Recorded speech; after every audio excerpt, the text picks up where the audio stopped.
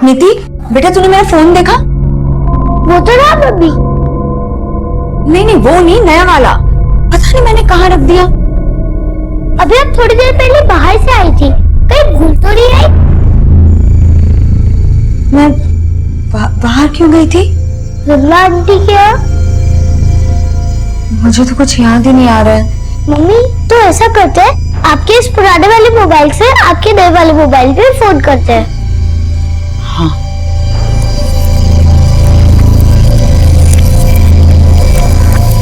कोई फोन ही नहीं उठा रहा।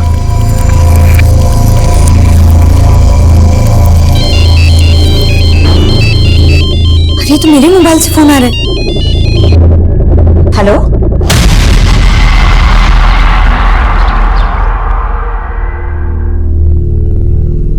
भैया इसको एक गिलास जूस देना। हेलो कहाँ हैं आप? जी आप कौन? आपका मोबाइल खो गया था, वो मुझे मिला था और उसी के लिए आप मुझसे वसंत मार्केट मिलने आने वाली थी। हाँ ठीक है भैया आती हूँ। चल बेटा। अरे तूने अभी तक जूस फिनिश नहीं किया? भैया आप जरा इसका ध्यान रखेंगे? बस मैं 2 मिनट में आ रही हूँ, ध्यान रखिएगा इसका। बेटा मैं आती हूँ। हाँ देख ली मैंने ब्लू कार, मैं आ रही हूँ।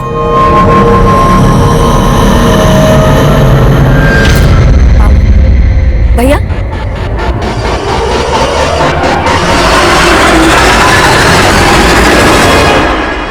बेटा तुम्हारी मम्मी 2 मिनट बोलकर गई थी, 2 घंटे हो गए, अब तक आई नहीं। कहीं गई क्या?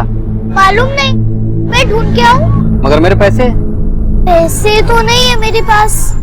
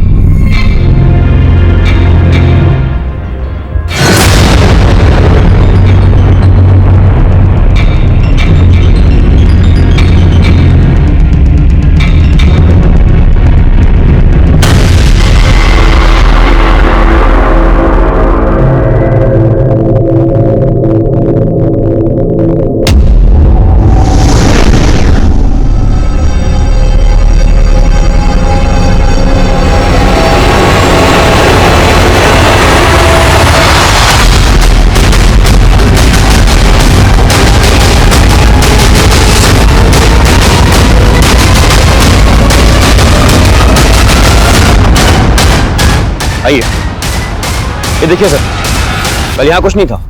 मॉर्निंग में चेक किया तो लगा कोई क्राइम हुआ है, इसलिए आपको इन्फॉर्म किया सर।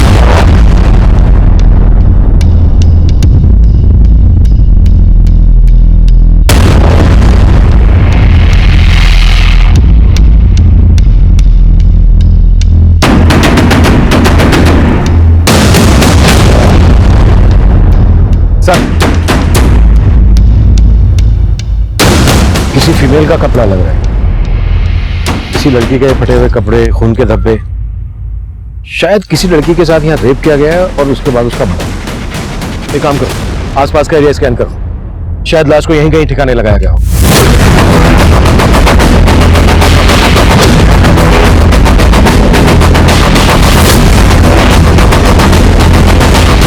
सर फिलहाल इस लेडीज फुटवेयर और फटे हुए कपड़े के अलावा यहाँ पर कुछ नहीं मिला है। जंगल काफी बड़ा है, छानबीन जारी है। यहाँ से 10 किलोमीटर के रेडियस में कोई रिहायशी इलाका नहीं है। एक काम करो, आसपास के पुलिस स्टेशन से पता करो, शायद किसी पुलिस स्टेशन में किसी औरत की गुमशुदगी की रिपोर्ट फाइल हुई हो।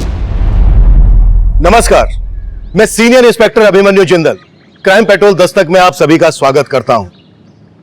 आजकल अक्सर हम ऐसा महसूस करते हैं कि रिश्ते आपसी भरोसे से ज्यादा इस बात पर निर्भर करते हैं कि उस रिश्ते से रिश्ता रखने वाले को कितना और कैसा फायदा।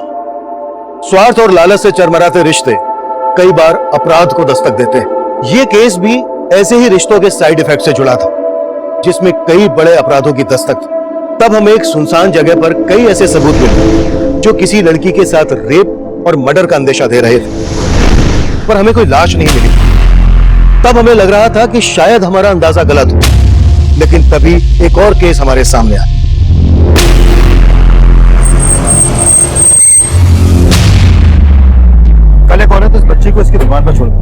बोलकर गई कि थोड़ी देर में आ जाएगी वापस, लेकिन वापस ही नहीं है। हाँ साहब, इस बच्ची को ना ही अपनी मम्मी का मोबाइल नंबर मालूम है, ना ही घर का एड्रेस। सिर्फ इतना जानती है कि कहीं लाजपत नगर में रहती। हेलो बेटा, क्या नाम है आपका? नीति। नीति बेटा, आपकी मम्मी का क्या नाम है? पुष्पा काठपाल। अच्छा बेटा, आपकी मम्मी यहाँ से कहाँ गई आपको पता है? नहीं, और कल मम्मी का मोबाइल गुम हो गया था और वो मोबाइल एक अंकल को मिला, मम्मी वही लेने आई थी। अच्छा बेटा, जिन अंकल को मोबाइल मिला, जिनसे मम्मी लेने आई थी, वो अंकल कौन है आप जानते हो? नहीं। अच्छा बेटा, आपके पापा क्या करते हैं? पापा नहीं है। विकास, इस एरिया के सीसीटीवी चेक करो। शायद इस बच्चे की माँ किसी आदमी के साथ जाते हुए कैप्चर हुई हो, और यहाँ का डंप डेटा भी निकलवाओ, और उसमें से एक्टिव पुष्पा का नंबर निकालो ताकि हम उसके एड्रेस तक पहुंच सकें। रंजना, जब तक इस बच्चे की माँ नहीं मिल जाती है, इसके रहने का बंदोबस्त करो, और इसको कुछ खिलाओ पिलाओ। वो क्यों? जी सर।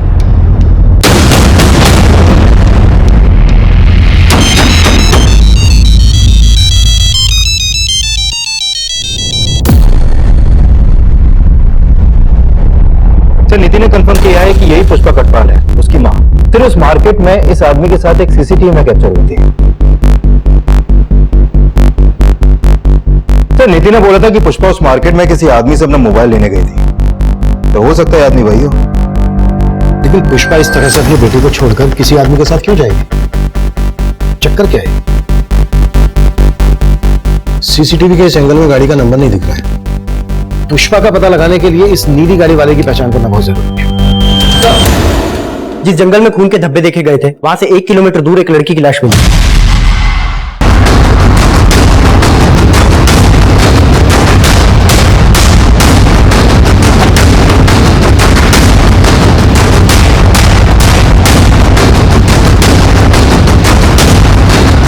बाहर निकलो। शायद इसका मर्डर वहीं किया गया हो जहां पर हमें वो ब्लड मिला। उस ब्लड और इस लड़की के ब्लड दोनों को मैच करवा के देखो। सर, जिस नीली गाड़ी में पुष्पा को जाते हुए देखा गया था, उसका नंबर एक दूसरे सीसीटीवी में कैप्चर हुआ है। सर, ये गाड़ी किसी मनोहर शर्मा के नाम लक्ष्मी नगर के एड्रेस पर रजिस्टर है। मुझे एड्रेस एसएमएस करो, हम लक्ष्मी नगर पहुंचते हैं। बॉडी को पोस्टमार्टम के लिए भेज दो और इस लड़की की पहचान पता करने की कोशिश करो। मौसी जी, मुझे कुछ समझ में नहीं आ रहा है। परसों रात को ही तो मेरी उससे बात हुई थी। हाय अर्ना, कैसी है तू? कैसे याद किया? तेरे देहरादून में आई थी। आई हुई थी मतलब? अब कहाँ है? देहरादून में ही हूँ। एक्चुअली कुछ काम था इसलिए आना पड़ा। वैसे तो चिंता मत कर, कल सुबह तुझसे मिलकर ही वापस दिल्ली जाऊंगी। कल मॉर्निंग से मैं उसका वेट कर रही हूँ और मेरा फोन ही नहीं उठा रही है। बेटा, मुझे कुछ ठीक नहीं लग रहा, मेरा दिल बहुत घबरा रहा है। मौसी जी, जैसे ही मुझे कुछ पता चलता है ना, मैं आपको इन्फॉर्म करती हूँ। मम्मी क्या बोला दीदी ने? वही बोली जो पहले बोल रही थी। गरीबा, मेरा दिल बहुत घबरा रहा है। माँ, मुझे लगता है हमें पुलिस को इन्फॉर्म करना चाहिए।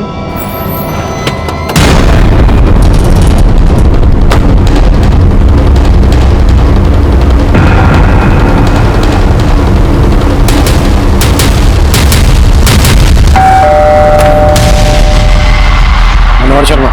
जी सर, मैं ही मनोज शर्मा। पुष्पा कटपाल का है। कौन पुष्पा खटपाल सर? मैं किसी पुष्पा खटपाल को नहीं जानता। कल तू वसंत मार्केट से उसे अपनी गाड़ी में बिठा कर ले गया और हमसे पूछ रहा है कि कौन पुष्पा कटपाल? हाँ सर, याद आया। एक पुष्पा नाम की औरत का मोबाइल खो गया था सर। बस मुझे मिला और मैं वही लौटाने गया था। भैया, अरे ये आपका मोबाइल। Thank you. मुझे तो समझ ही नहीं आ रहा कि आपका थैंक्स कैसे कहूँ। अरे इसमें थैंक्स की क्या बात है? बाय द वे, कहाँ जा रही हैं आप? मैं ड्रॉप कर दूं? एक्चुअली सर, मैं लाजपत नगर जा रहा था, तो मैंने उनसे पूछा तो उन्होंने बताया कि वो भी लाजपत नगर ही रहती है, तो मैंने सोचा ड्रॉप कर दूं। पुष्पा वहां एक जूस स्टॉल पे अपनी बेटी को छोड़कर आई थी तेरे पास, और तू कह रहा है कि वो अपनी बेटी को छोड़कर तेरे साथ चली गई। छिपा क्या रहा है हमसे, वो बोल। सर, मैं कुछ नहीं छुपा रहा। और सर, अपनी बेटी के बारे में तो उसने मुझसे कोई बात भी नहीं की। पुष्पा को जहां तूने ड्रॉप किया वो जगह दिखा।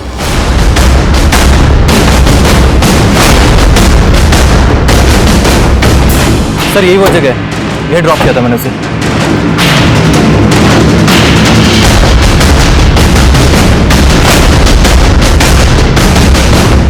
विकास, यहाँ आसपास कोई सीसीटीवी नहीं है। एक काम करो, नीति को इसका फोटो दिखाओ, शायद वो इसको जानती हो। पुष्पा के साथ इसका कोई इशू, इस ऐसे हम क्लीन चिट नहीं दे सकते। इसके बारे में सब कुछ पता करो। सर, और वो डम डेटा निकाला, हमारे लिए ये जानना भी जरूरी है कि पुष्पा कहाँ रहती है। सर डम डेटा मिल गया, हमारी टीम उसी पे काम कर रही है। गुड।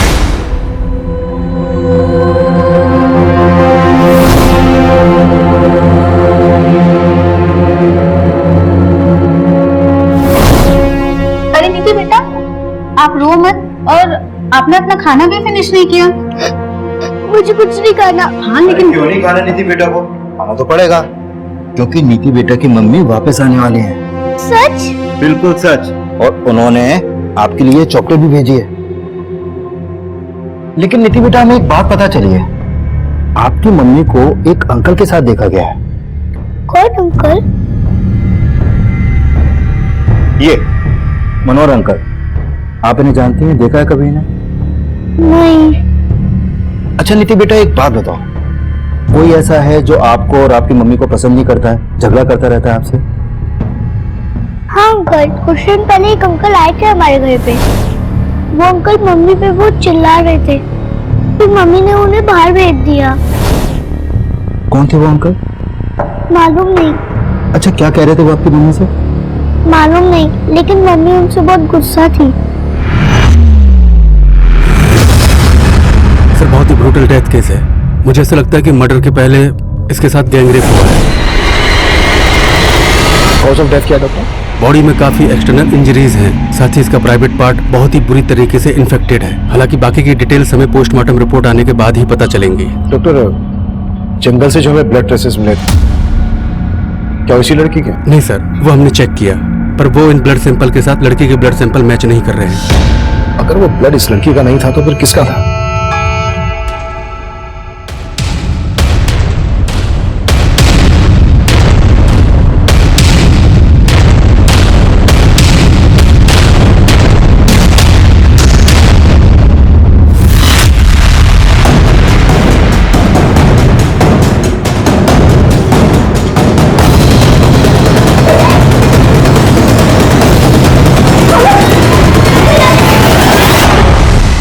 सर, वसंत मार्केट के डम डेटा में पुष्पा कटवाल के 2 मोबाइल नंबर एक्टिव थे। ये देखिए सर। सर, पुष्पा का लाजपत नगर वाला एड्रेस मिल गया है। गाड़ी निकलो।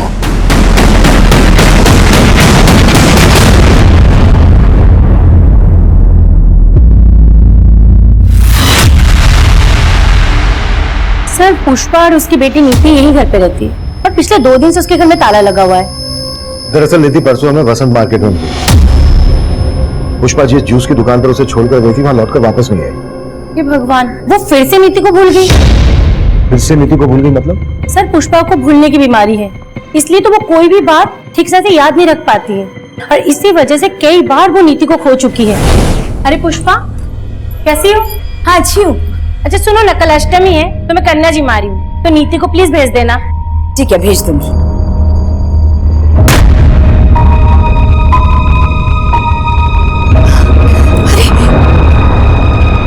नीति तुम्हारे साथ मार्केट गई थी?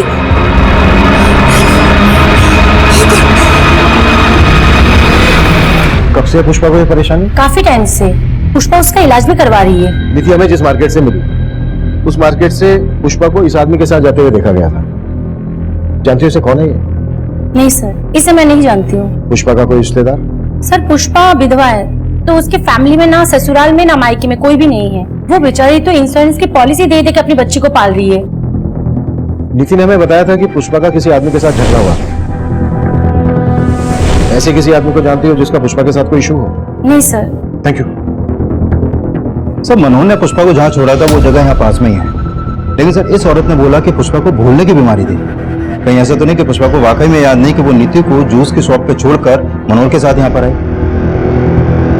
पर इस लेडी ने यह भी बोला कि 2 दिन से यहाँ पर ताला लगा हुआ।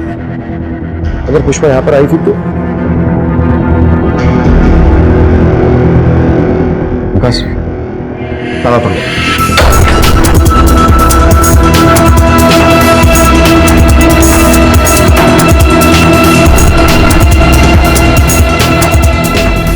सर, यहाँ तो कुछ भी सस्पिशियस नहीं हुआ। विकास, एक बात मेरी समझ में नहीं आ रही है। कोई माँ अपनी बेटी को 2 दिन तक कैसे भूल सकती है? आई फील पुष्पा किसी मुश्किल में है। एक काम करो, पुष्पा के कॉल रिकॉर्ड्स स्टडी करो, शायद हमें उस आदमी के बारे में कोई क्लू मिल जाए जिसके बारे में नितिन ने हमें बताया। सब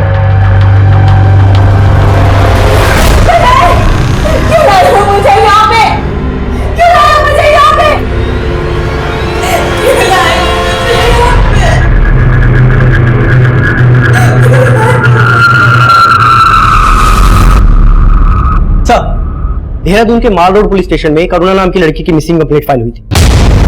सर इसकी फोटो उस लड़की से मिलती है जिसकी हमें लाश मिली थी। पुलिस कंप्लेन किसने की थी? सर इसकी कजन अदिति नाम है, माल रोड पे रहती है सर। इसकी कजन को बुलाकर लाश की शिनाख्त करो। सर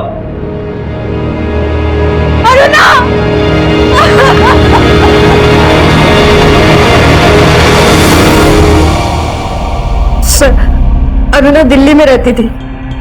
2 दिन पहले 7 अगस्त को किसी काम से वो यहाँ देहरादून आई थी। उसने मुझे कॉल करके बोला भी था कि मुझसे मिलने आएगी, पर वो घर आई ही नहीं। तुम्हारे अलावा देहरादून में और कहाँ आने वाली थी अरुणा? इस बार में तो मुझे नहीं पता। अरुणा दिल्ली में रॉयल स्टार होटल में काम करती थी, तो शायद उसी के किसी काम से आई होगी। अरुणा के पेरेंट्स भी दिल्ली में रहते हैं? नहीं सर, अरुणा रोहतक की रहने वाली है, तो उसके मदर और सिस्टर दोनों वही रहते हैं। तो दिल्ली में अरुणा अकेले रहती थी? नहीं सर, अपने फियांसे के साथ रहती थी। अरुणा के फैंसी का नाम क्या है और वो दिल्ली में कहाँ रहता है? सर, जनकपुरी में। अरुणा के फियांसे का नाम अजीम है। मैंने उससे बहुत कॉल किए, पर अजीम ने मेरा एक भी फोन नहीं उठाया।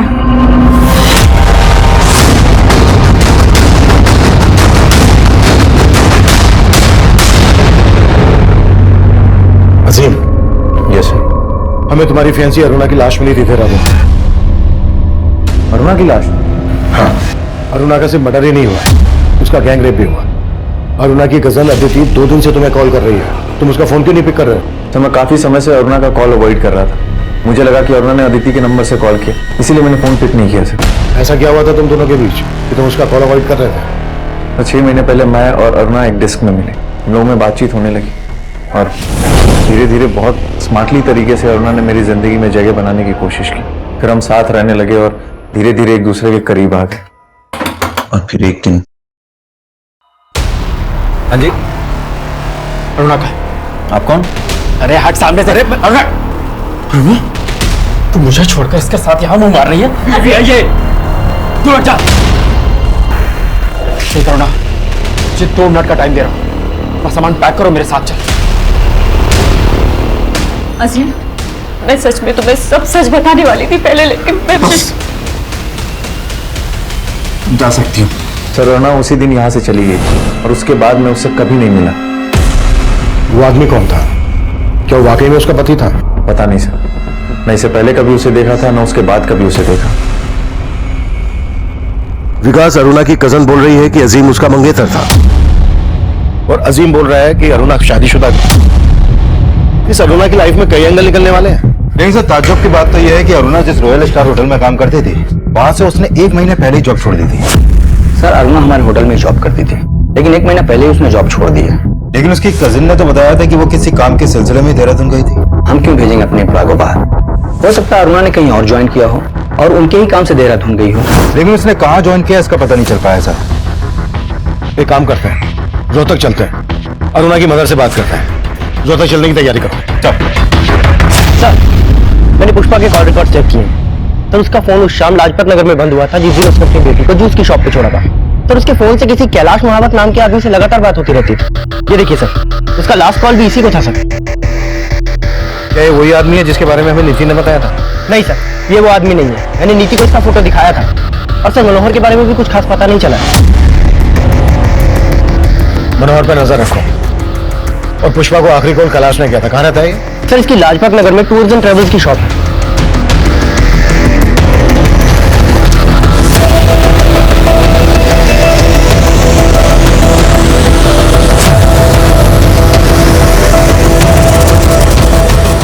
सर, ट्रैवल एजेंसी के साथ साथ मैं बीसी भी चलाता हूँ और पुष्पा हमारी उस बीसी की मेंबर थी। बीसी क्या? बीसी मतलब कमेटी सर। जो मेंबर्स होते हैं उनसे थोड़ा थोड़ा पैसा इकट्ठा किया जाता है और फिर महीने के आखिर में जिसके नाम की पर्ची खुलती है उसे वो पैसा दे दिया जाता है। 7 अगस्त की शाम को पुष्पा को तुमने फोन क्यों किया था?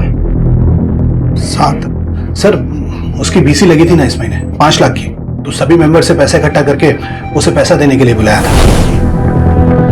पुष्पा पूरे 5 लाख रुपए हैं, बार बार गिनने की जरूरत नहीं है। लो जूस आ गया, जूस पियो पहले।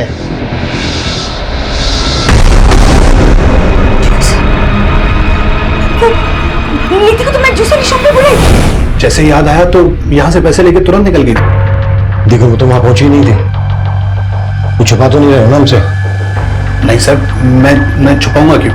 जो हुआ था वही आपको बताया। जैसा कि कैलाश कह रहा है कि पुष्पा यहाँ से 5 लाख रुपए लेकर निकली थी, कहीं ऐसा तो नहीं है कि पुष्पा के गायब होने की वजह इन 5 लाख रुपए से ही जुड़ी है? सर मैं एक काम करता हूँ, इस दुकान से लेकर उस जूस शॉप तक के रास्ते में जितने भी सीसीटीवी हैं सबको स्कैन करवाता हूँ, शायद वहां से कोई लीड मिले। और कैलाश के बारे में भी पता करो, हो सकता है मनोहर और कैलाश का कोई कनेक्शन है। पुष्पा के कॉल रिकॉर्ड्स में मौजूद हर नंबर की प्रोफाइलिंग करो, शायद वहां से हमें वो नंबर मिल जाए जो उस आदमी से कनेक्टेड हो जिसके बारे में नीति ने बताया। सर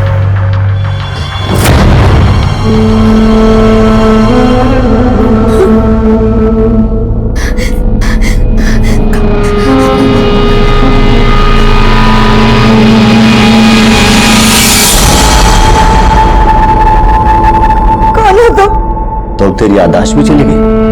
मुझे यहाँ क्यों लाया हो तो? याद करूं, बिना वजह तो लाया नहीं। मुझे जाने दो, मेरी बेटी मेरा इंतजार कर रही होगी। जाने दूंगा, लेकिन इसके लिए पैसा लगेगा।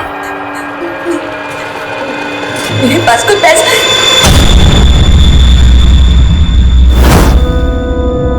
पुष्पा पूरे 5 लाख रुपए हैं। मेरे पास जो 5 लाख थे वो तो पैसे का नाम लिया, सब कुछ याद आ गया। देख, वो 5 लाख तो भूल जा बे, और अगर तुझे यहां से निकलना है तो मुझे 5 लाख और दे दे। मेरे पास पैसे नहीं है। तेरे पास लादिन का चिराग है ना, उसको खींच दे मेरे लिए और चली जा। साहब, मेरा बस चलता तो मैं उसे कभी दिल्ली जाने नहीं देती। हमारा उसके सिवा और कोई सहारा भी तो नहीं था। घर की पूरी जिम्मेदारी उसने अकेले अपने सर पे ले रखी थी।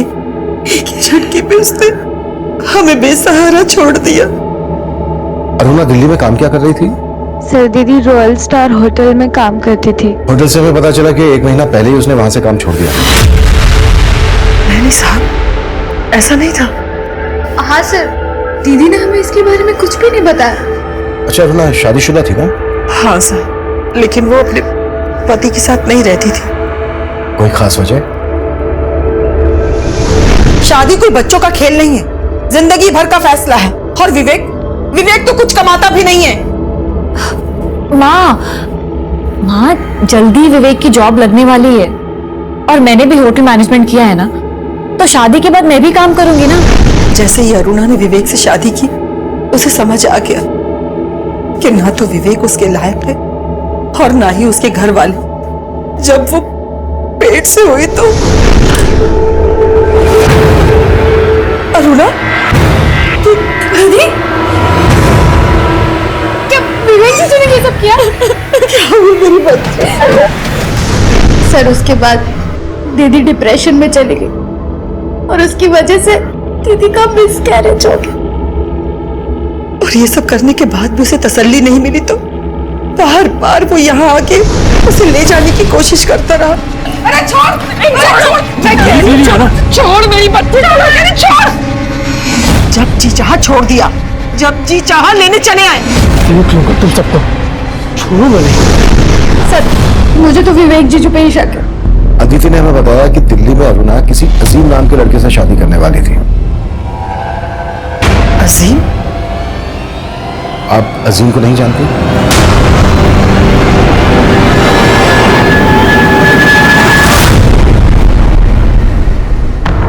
हेलो लॉकी, पैसों का इंतजाम हो गया?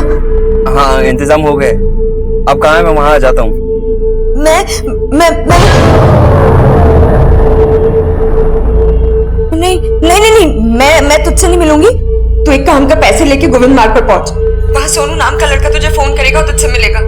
तू उसे 5 लाख रुपए दे देना। देखो, अब मैंने तुम्हारे पैसों का इंतजाम कर दिया। प्लीज मुझे जाने दो, मेरी बेटी मेरा इंतजार कर रही होगी। पहले पैसा मिलने दे, फिर तुझे छोड़ने के बारे में सोचूंगा।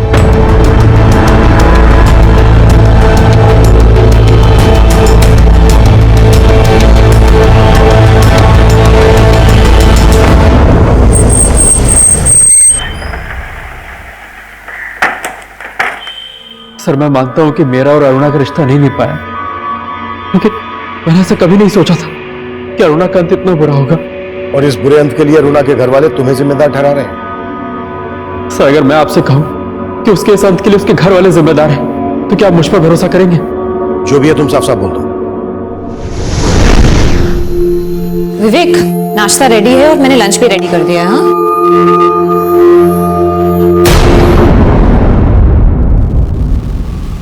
ये क्या कर रहे हो? एक बार मुझसे पूछ तो लेते मेरा ही डेबिट कार्ड यूज करने से पहले। अभी लैंडलॉर्ड को मैंने रेंट का चेक दिया है, अगर बैलेंस कम हो गया और चेक बाउंस हो गया तो? बाउंस कैसे हो जाएगा? अभी 2 दिन पहले तो हमारे अकाउंट में सैलरी आई है, पैसे कहाँ चले गए? कुछ काम था उसमें खर्च हो गए। किसमें खर्च हो गए? विवेक, जरूरी नहीं है कि मैं हर काम तुमसे पूछ के करूँ। हाँ, तो बताने में प्रॉब्लम क्या है? तुम अच्छे से जानते हो कि मैं प्रेग्नेंट हूँ, जॉब कर रही हूँ, उस घर का रेंट दे रही हूँ, खर्चा चला रही हूँ यहाँ का, और तुम अभी कुछ महीने बाद में हॉस्पिटलाइज हो जाओगी, तब क्या करोगे तुम? इसलिए बेहतर होगा कि अपना लेक्चर बंद करके ना तुम बाहर जाओ, कुछ काम ढूंढो और काम करो। सर अरुणा का घर छोड़ के जाना एक बहाना था, और उसने अपने मिस कैरेज के लिए भी मुझे ही जिम्मेदार ठहराया। तो सच तो ये कि उसे एक बच्चा चाहिए ही नहीं था। मतलब तेरे पास कई वजह थी अरुणा पर गुस्सा निकालने के लिए, और जैसे ही तुझे पता चला कि वो तुझे छोड़कर अजीम से शादी करने वाली है, तेरा खून खोल उठा और तूने नहीं सर, मैंने ऐसा कुछ नहीं किया है। कुछ नहीं किया है तो 1 महीना पहले अजीम के घर से कहाँ लेकर गया था तू अरुणा को? सर मैं गया था उसे लेने, लेकिन वो मेरे साथ आने के लिए तैयार नहीं हुई। तो बाद में अरुणा से कभी नहीं मिला।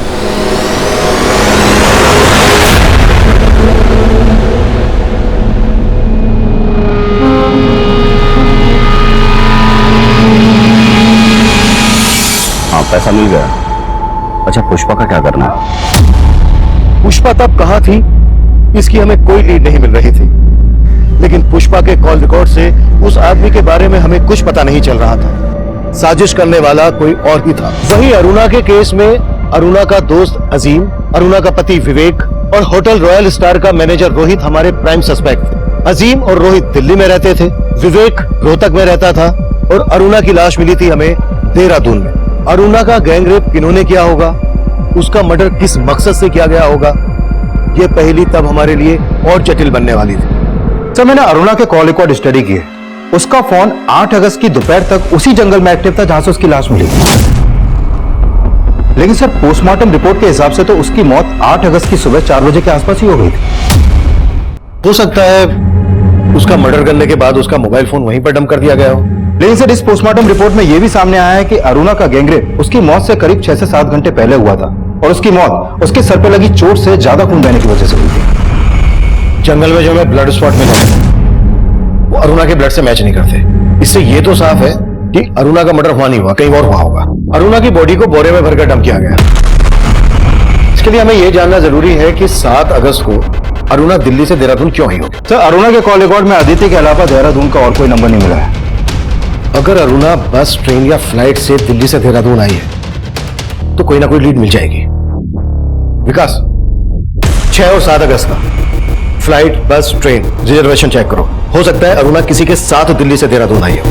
और अदिति के बारे में भी पता, उसने ना तो हमें विवेक के बारे में बताया और अजीम को वो अरुणा का मंगेतर बता रही है, जबकि अरुणा की मां अजीम के बारे में कुछ जानती ही नहीं। पुष्पा का कुछ पता चला? सर मैंने मनोहर और कैलाश दोनों को अच्छे से खंगाला, लेकिन कुछ नहीं मिला सर।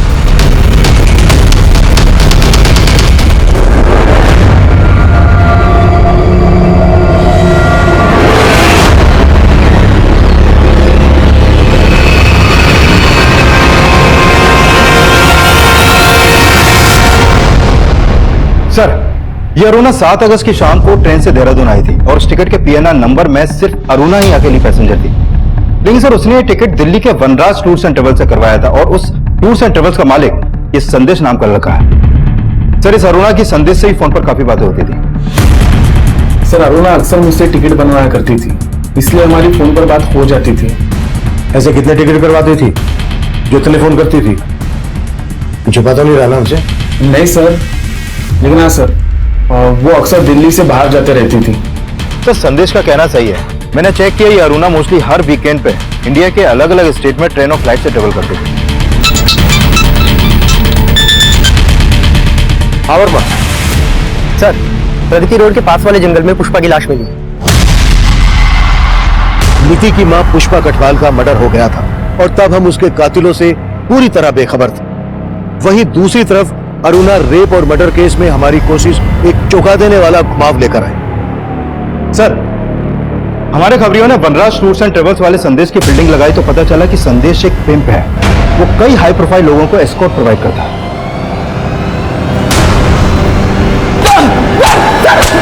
सर मैं मानता हूँ कि मेरा धंधा गलत है, लेकिन अरुणा के मर्डर से मेरा कोई लेना नहीं है। अरुणा को देहरादून क्यों भेजा था, ये बोल।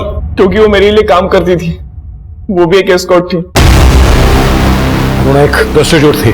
हाँ सर, वो सिर्फ नाम के लिए रॉयल स्टार होटल में काम करती थी, और उस होटल का जो मैनेजर है रोहित, वो भी मेरे धंधे में इन्वॉल्व है। सर, अरुणा अपने क्लाइंट के साथ मेरे होटल आया करती थी, उसे वो क्लाइंट संदेश ही दिलवाता था। इसके अलावा मेरा कुछ लेना देना नहीं है सर। अरुणा कब से काम कर रही थी तेरे लिए? करीब 1 साल से। वो रोहतक से मेरे पास जॉब मांगने के लिए आई थी। देख अरुणा, अगर तू चाहे तो लाख रुपए महीना कमा सकती।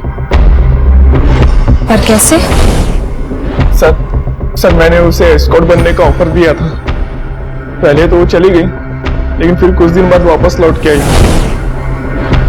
देखो अरुणा, शुरू में ना थोड़ी हिचक होती है, पर तुम टेंशन मत लो। हाँ, बस तुम्हें ना थोड़ा अपना मेकओवर करना पड़ेगा।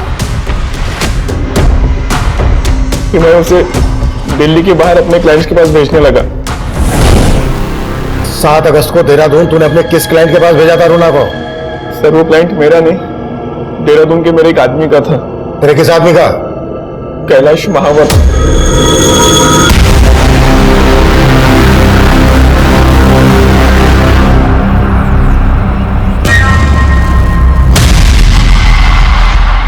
ये सोनू कैलाश के लिए काम करता है, और सर ये वही आदमी है जिसके बारे में नीति ने हमें बताया था, जिसका पुष्पा से झगड़ा हुआ था। What? पुष्पा के मर्डर का कनेक्शन भी इस कैलाश से जुड़ा है? हमने कैलाश और सोनू को ढूंढने के लिए अपना खबरी नेटवर्क एक्टिव कर दिया और हमारे खबरियों ने हमें उन तक पहुंचा दिया।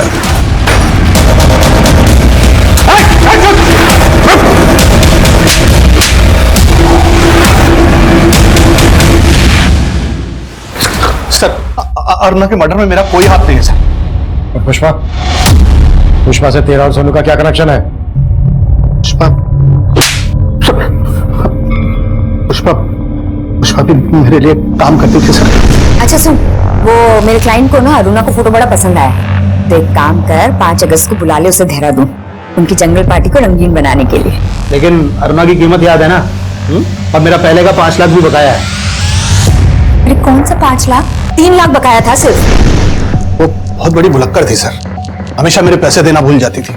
उस दिन मैंने उसे पीसी के पैसे देने नहीं बुलाया था, बल्कि अपने पैसे मांगने के लिए बुलाया था। ये ले तेरे 3 लाख। महानात्मा, 5 लाख थे, 5 लाख और 1 लाख इस बार का, 6 लाख रुपए लूंगा मैं। अरे तेरा दिमाग खराब हो गया है क्या? पहले के 3 लाख और इस बार के 1 लाख बस।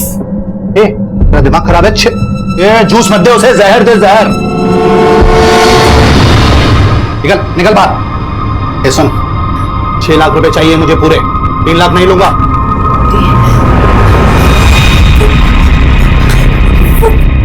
नीति को तुमने जूस शॉप पे बुलाया? एक मिनट, ये होशियारी किसी और को बताना समझी? 6 लाख लिए बिना जाने नहीं दूंगा यहाँ से। उस दिन वो गलती से गिरी और बेहोश हो गई। मैंने उसकी मरहम पट्टी कराई थी सर, और उसके बाद उसे गुलमोहर पार्क वाले घर में बंद कर दिया। फिर पता चला सर कि आपने उसकी बेटी को ढूंढ लिया है, और मैं उसे छोड़ नहीं सकता था सर। मुझे मेरे पैसे वसूलने थे सर। पुष्पा ने भी मेरे कहने पर लॉकी को ब्लैकमेल किया और उससे 5 लाख रुपए मंगवाए।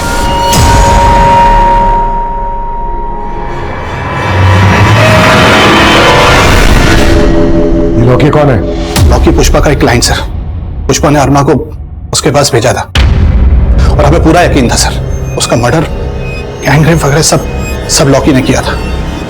तो तू कह रहा है कि अरुणा का मर्डर लॉकी ने किया? जी सर। काम लगा है लॉकी?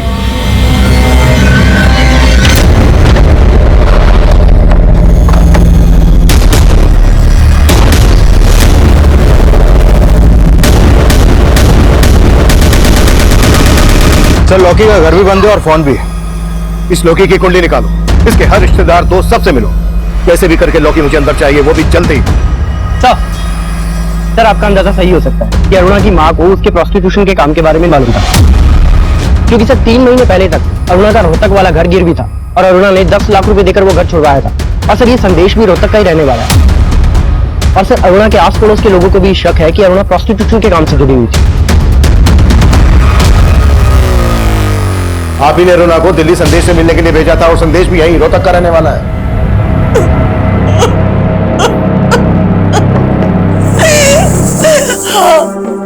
हाँ मैं अरुणा की कसूरवार हूँ। क्या करती मैं? उसके बाप के जाने के बाद घर में खाने के भी पैसे नहीं थे, ये घर गिरवी रखना पड़ा मुझे। और अरुणा विवेक से शादी करके विवेक के लिए कमाने लगी। और इसी लालच में आपने अरुणा को विवेक से अलग कर दिया। कहीं ऐसा तो नहीं है कि अरुणा अजीम से शादी करना चाहती थी, ये बात आपको रास नहीं आई और आप ही ने अरुणा को? नहीं साहब नहीं, मैं बुरी जरूर हूँ लेकिन इतनी भी बुरी नहीं। आखिर मैं अरुणा की माँ हूँ, मैं अपनी बच्ची के साथ ऐसा कैसे कर सकती थी?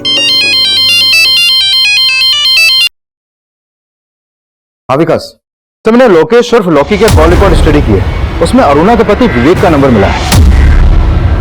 ओके सर मेरे यकीन मानिए, सर मैंने अरुणा को नहीं मारा। मैं सच कह रहा हूँ सर, मैंने उसका मर्डर नहीं किया है। तूने मर्डर नहीं किया तो लॉकी से करवाया? नहीं सर, लॉकी ने भी उसका मर्डर नहीं किया है। 7 अगस्त की रात को अरुणा को लॉकी ने हायर किया था और हमें यह भी पता चल गया कि 7 अगस्त की रात को तू देहरादून में था। सर ये सच है कि उस दिन मैं देहरादून गया था, क्योंकि मुझे छोड़ने के बाद सर अरुणा और उसकी दोनों पैसे के लालच में अंधे हो गए थे। सर मुझसे यही बात बर्दाश्त नहीं हुई, मैं उससे मिलकर अपनी भड़ास निकालना चाहता था, पर सर उसने मुझसे मिलने तक से मना कर दिया, इसलिए मैंने उसको लॉकी के थ्रू हायर किया। सर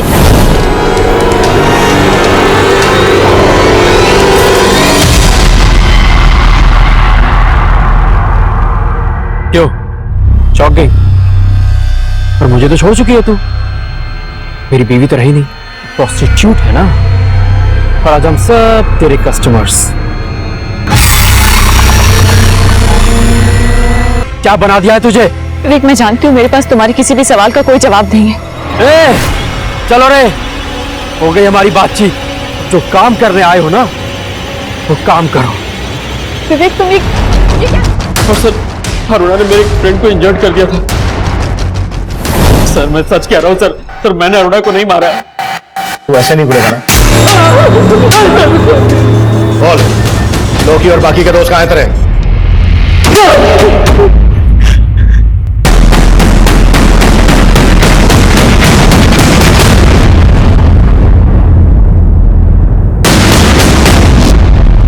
सर लॉकी और विवेक के दूसरे दोस्त भी यही बोल रहे हैं कि उन्होंने अरुणा का सिर्फ रेप किया था, मर्डर नहीं।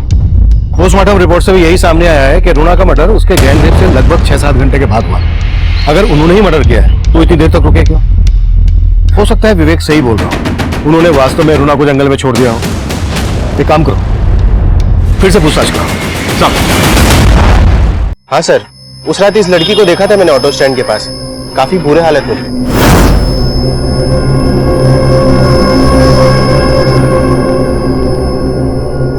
सर तब वो वहां से एक ऑटो से निकल गई।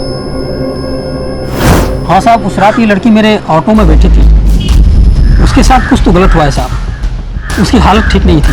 कहाँ छोड़ा था इस लड़की को, बता सकते हो? सर मैंने उस लड़की को यहीं उतारा था और वो इसी बिल्डिंग में गई थी।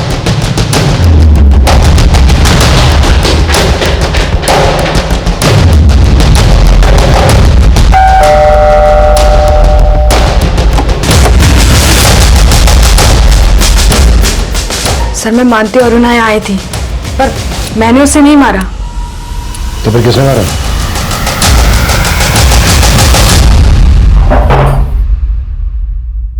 हो जाओ शुरू।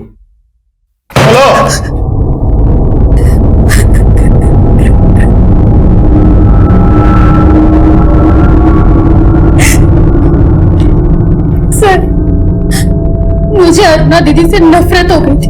सबको लगता था कि जैसे वो ये सब काम करती, मैं भी। सब मुझे गंदी नजरों से देखते थे।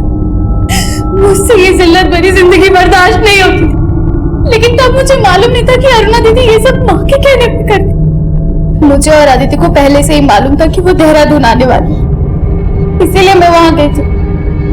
मैं सिर्फ उससे बात करना चाहती थी।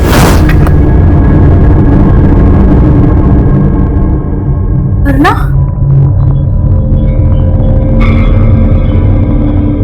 ये क्या हुआ तेरे साथ? हाँ, बहुत मेहनत करके आई हो ना, थक गई हो। आपको तो चुल्लू भर पानी में डूब मरना चाहिए। मैं तो कब की मर चुकी हूँ, और आज विवेक ने मुझे पूरी तरह से खत्म कर दिया। लेकिन सिर्फ विवेक ही नहीं, तुम और माँ भी दोषी हो मेरी इस हालत के। मेरा और माँ का नाम मत लो, ये सब तुम अपने शौक से करती हो। तो मार दो मुझे, हाँ? जो विवेक नहीं कर पाया तुम लोग कर दो। विवेक से नहीं करा रही है? हाँ, लेकिन पति बन के नहीं, ग्राहक बन के मिला था वो मुझसे आज। लेकिन वो सही कह रहा था, मेरी इस हालत के लिए माँ जिम्मेदार है, समझी? अदिति ने कहा कि अगर हमने दीदी की लाश डंप नहीं की तो हम दोनों फंस जाएंगे। सर, मुझे पता था उस रात अरुणा जंगल पार्टी में कहां से आई है। उसने बोला कि विवेक ने उसका रेप किया है, तो हमने सोचा उसकी बॉडी वहीं डंप कर देते हैं, इसलिए मैंने अपने फ्रेंड से उसकी कार बोरो की। सर, माना मैंने अरुणा दीदी को मारा, लेकिन उनका दम घुटने वाली माँ ही थी। अगर मुझे पहले पता होता तो मैं अरुणा दीदी को नहीं, माँ को ही मार डालती। अगर तुमने सब कुछ पहले से ही समझने की कोशिश की होती तो आज तुम्हें ये पछतावा नहीं होता। गलतियां इंसान की फितरत है, जिसको सुधारने की गुंजाइश हमेशा रहती है। सही और गलत का चुनाव चाहे कितना भी मुश्किल हो, लेकिन तब भी हमें अपनी जरूरत के आगे कभी घुटने नहीं टेकने चाहिए। अरुणा जानती थी कि वो जो कर रही है गलत है। उसने इस दस्तक को महसूस करके अजीम के साथ एक नई शुरुआत करने का फैसला किया, पर मुश्किल वक्त के इम्तिहान में वो हार गई और उसे हराने वाले हर लिहाज से गलत साबित हुए। अजीम अरुणा की मजबूरी को धोखा समझ रहा था और विवेक ने अरुणा की मजबूरी का तमाशा बना दिया, उसे अपनी घिनौनी हवस से दागदार कर दिया। अरुणा की मां अरुणा की मजबूरी से अपना स्वार्थ पूरा कर रही थी और गरिमा ऐसी गलतफहमी का शिकार हुई कि उसने अरुणा का मर्डर कर दिया। ये सब ऐसी दस्तक थी, अगर इन पर अरुणा ने गौर किया होता तो अंजाम बदल सकता था। देखते हैं हमारे आज के एपिसोड की दूसरी। कोई भी शारीरिक या मानसिक विकार भगवान की देन होती है और उस पर हमारा कोई कंट्रोल नहीं होता, लेकिन चरित्र का विकार हमारी गंदी सोच से उपजता है। यही सोच समाज को खराब करती है, क्राइम बढ़ाती है। नमस्कार, मैं senior inspector Rajesh Jadhav crime petrol Dastak के आज के इस एपिसोड में आप सबका स्वागत करता हूं। आज मैं आपको एक ऐसे केस के बारे में बताने जा रहा हूं जो 6 महीने पहले मेरे सामने आया था, जब मैं नासिक के सरकारवाड़ा पुलिस स्टेशन में पोस्टेड था। 12 साल की एक बच्ची जो ना सुन सकती थी ना बोल सकती थी, 2 महीने की प्रेग्नेंट थी। ये हमारे समाज का एक बहुत ही घिनौना रूप है। जहां हमें ऐसे बच्चों के साथ हमदर्दी होनी चाहिए, वहीं पर कुछ लोग ऐसे बच्चों का फायदा उठाते हैं। ये बच्चे अपनी तकलीफ बयां नहीं कर पाते और इसीलिए ऐसे केसेस में कल्प्रिट के बच निकलने के चांसेस बहुत ज्यादा होते हैं। ये केस मुझे इसलिए भी याद रहेगा क्योंकि हमारे सामने एक साथ 2 केसेस आए थे जिन्हें हमें सॉल्व करना था। दूसरा केस था आरती नाम की एक लड़की का, जो दिमागी तौर पर कमजोर थी।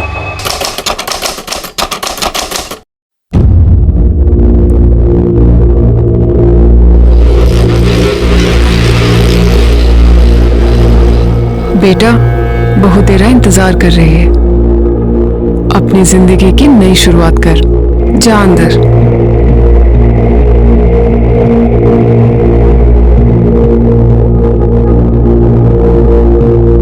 हे भगवान, सब ठीक ठाक हो।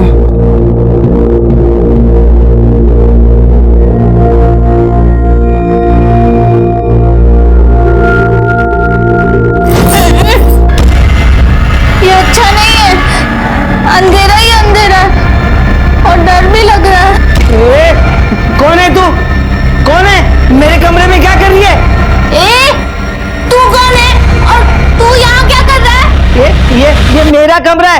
निकल इधर से। चल निकल। झूठे जा, ये मेरा कमरा है, आंटी ने बोला जा तू। हाँ आंटी आप कितनी गंदी हो, कितनी गंदी बातें करती है। मैं नहीं करूंगी ये सब। अरे बेटा अब तेरी शादी हो गई है, अब ये गंदी बातें नहीं होती है, समझा कर। नहीं नहीं नहीं, मैं नहीं करूंगी। मैं मम्मी पापा को बोल दूंगी आप मुझे गंदी बातें बोल रही थी। पापा ने मुझे यहाँ खेलने भेजा था सिर्फ। तो बेटा ये भी तो एक खेल ही है जो अब तुझे मोहित के साथ खेलना है। नहीं नहीं नहीं नहीं, मुझे कुछ नहीं सुनना। वो बहुत गंदा लड़का है, उसने मुझे मारा, मुझे कुत्ता बोला और मेरी बाल भी खींचे। मैं नहीं करूंगी। मुझे नहीं नहीं नहीं, मेरे को नहीं सुनना। मुझे कुछ मत बोलो, मत बोलो।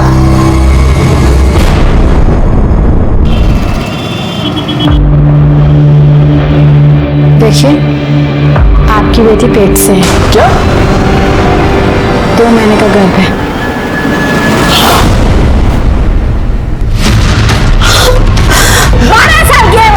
उसे पता तक नहीं है कि उसके साथ हुआ क्या है। एक तो ठीक से उसका ध्यान नहीं रखा, ऊपर से उसी को ब्लेम कर रहे हो। मैडम जी हम लोग गरीब लोग हैं, पूरा दिन काम करते रहते हैं हम लोग। अगर इसका पीछू पीछू घूमेंगे तो खाएंगे कहाँ से, बताइए आप। मैडम जी ये क्या हो गया, ये हम लोग क्या करें? आपको फौरन पुलिस में जाकर रिपोर्ट लिखानी चाहिए। हमारे रहते हुए इसके साथ इतना गलत हो गया। हम नहीं रहेंगे तो रोज कोई ना कोई इसका फायदा उठाएगा। कैसे बचाएंगे इसे?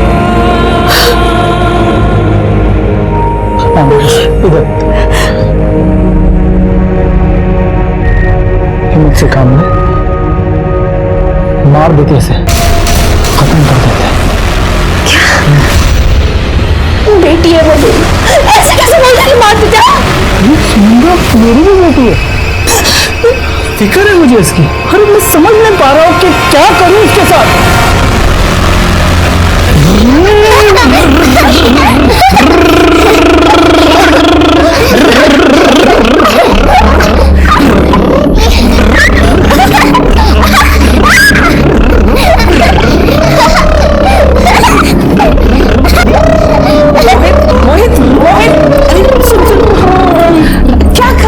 सुन मेरी बात सुन, तेरे को जितना खेलना है ना उनके संग खेल ले इनके कमरे में।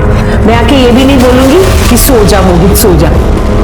अरे तुम दोनों बोलो ना ऐसे कि चलो हमारे कमरे में। चलो ना चाची, चलो ना चाची,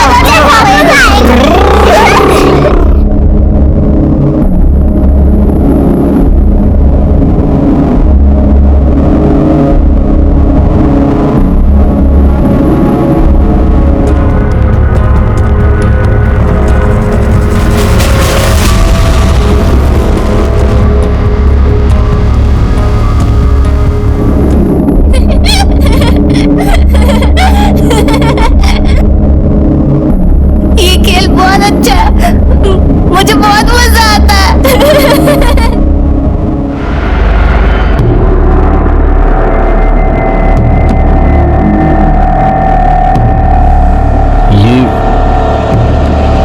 ये 12 साल की बच्ची 2 महीने की प्रेग्नेंट है।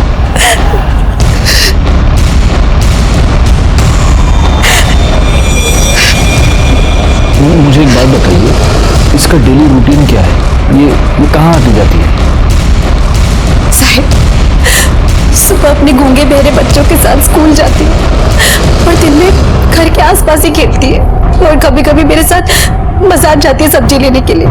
और तो किधर भी नहीं जाती साहिब। लेकिन ये किसी ऐसी जगह गई होगी जहां जिसके बारे में आपको पता नहीं है। आप उससे पूछ सकते हैं।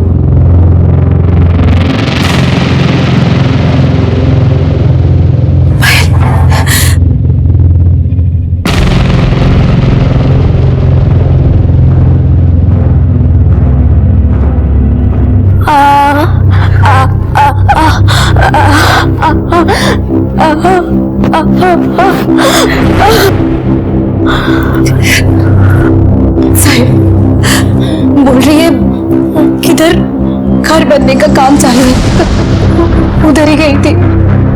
सर मतलब किसी कंस्ट्रक्शन साइट पर? लेकिन सर ऐसे तो पूरे शहर में न जाने कितनी जगह काम चल रहा होगा। हो सकता है गलती से ये किसी कंस्ट्रक्शन साइट पर गई हो और वहीं पर उसके साथ किसी ने।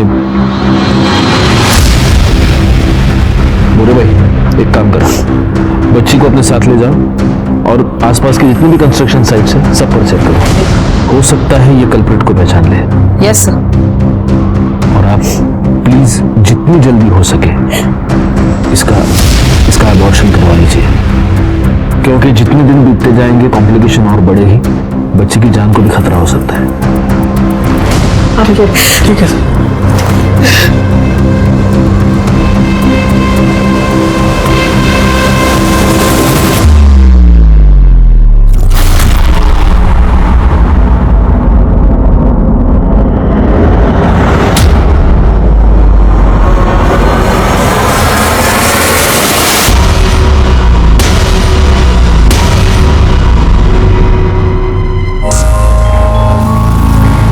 आटा कम पड़ेगा। सुनो, अरे आटे की थैली निकालना ऊपर से, जल्दी थोड़ा।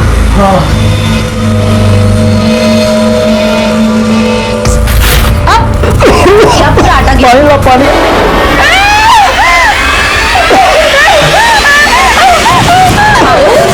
अरे क्या हुआ?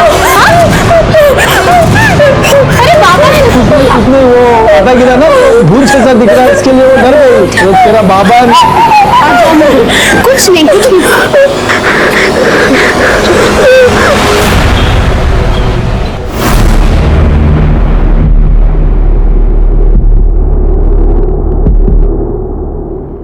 मजबूरी है, क्या करूं, पैसे तो देने ही पड़ेंगे।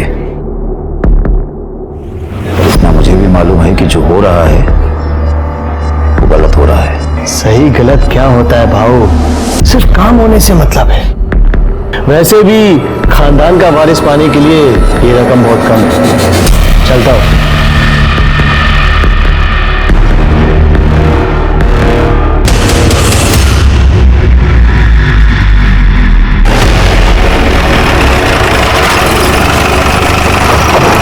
पकड़ो सबको, राउंड अप पे लो। उठ, खड़ा हो जा।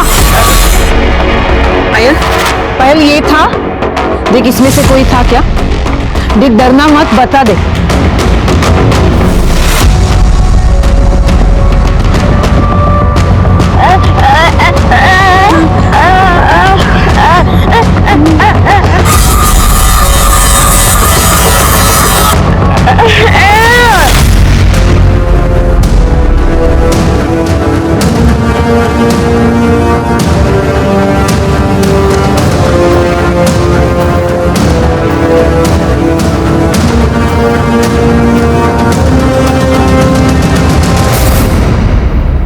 इतना नहीं कर सकती कि रात को मोहित को आरती के कमरे के आसपास जाने से रोक लो? तुम्हें पता है ना हमें आरती से बेटा चाहिए।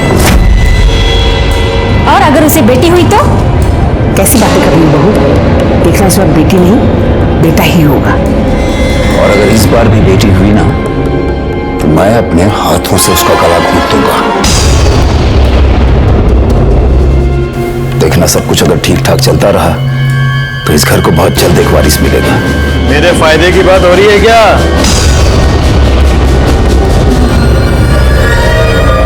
बैठने की जरूरत नहीं है, अंदर कमरे में चलो।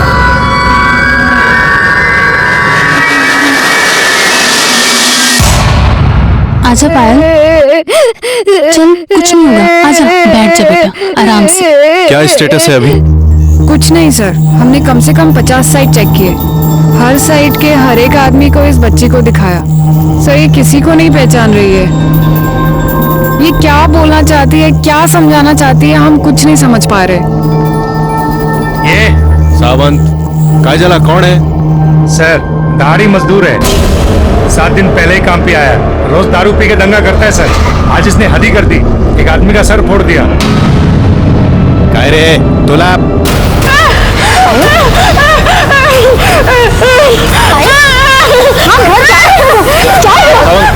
एक काम करो, इसको ले जाओ और उसको बिठा के रखो। सर चल।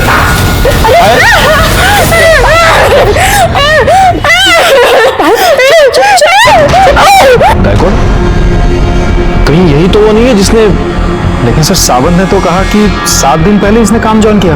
हाँ लेकिन ऐसा, एक मिनट, ऐसा हो सकता है कि जिसने भी पायल के साथ ये किया है उसके चेहरे पर पेंट या चूना लगा हुआ होगा।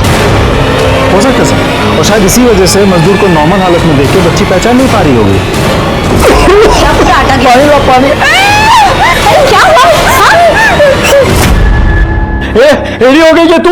हाँ, कुछ भी मत बोल, समझे क्या? फिर तुम्हें उस दिन आटे में लिपटा देकर पायल चिल्लाई क्यों? अरे मुझे क्या मालूम क्या कुछ चिल्लाई रहा? लेकिन मुझे मालूम है, आज पुलिस स्टेशन में भी उन लोगों ने एक आदमी को पकड़ा था जो पेंट में लिपटा हुआ था और पायल उसे देखकर चिल्लाई। ऐसा हो सकता है कि जिसने भी पायल के साथ ये किया है उसके चेहरे पर पेंट या चूना लगा हुआ होगा। और पायल तुम्हें ही देखकर चिल्लाई थी और तभी मैं समझ गई कि पायल के साथ ये गंदा काम तुमने ही किया है। पागल, हाँ? मेरे पे उसने आटा गिरा था क्या नहीं? और रोज गिरता है मेरा अंदर आटा। एक बात बताओ, जब भी तुम चक्की से आते हो और आटे में लिपटे हुए होते हो वैसे ही दिखते हो कि नहीं? और तभी मैं सोचूं कि आजकल नहा धो के क्यों आ रहे हो? देख तू परेशान है, मेरे को मालूम है पायल को लेके। उसके लिए मेरे ऊपर इल्जाम मत लगा, मेरी भी बेटी है वो। मैं इल्जाम नहीं लगा रही हूँ, तुमने ही पायल के साथ गंदा काम किया है। हाँ, और तभी मैं सोचूं कि उसे मारने की बात क्यों बोल रहे थे? मार देते इसे, खत्म कर देते ताकि तुम पकड़े ही ना जाओ। एक और लो, खूब टिकट आए सर, बस बस। अरे तो क्या हुआ, लो लो, एक बस है सर, बस। क्या तुम भी गायकवाड़? कोटवारी कंस्ट्रक्शन साइट पर एक लड़की की लाश मिली है।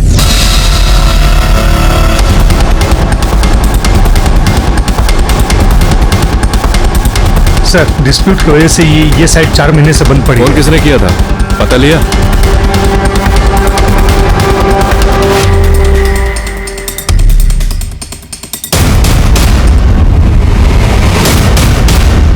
ये हटाना जरा। गले पर निशान भी है और सूजन भी, लगता है गला दबाकर मारा गया है। कपड़ों की हालत देखकर लगता है कि इसके साथ जबरदस्ती हुई है। सर लाश की हालत देख के तो लगता है मर्डर कम से कम 2 से 3 दिन पहले किया गया होगा।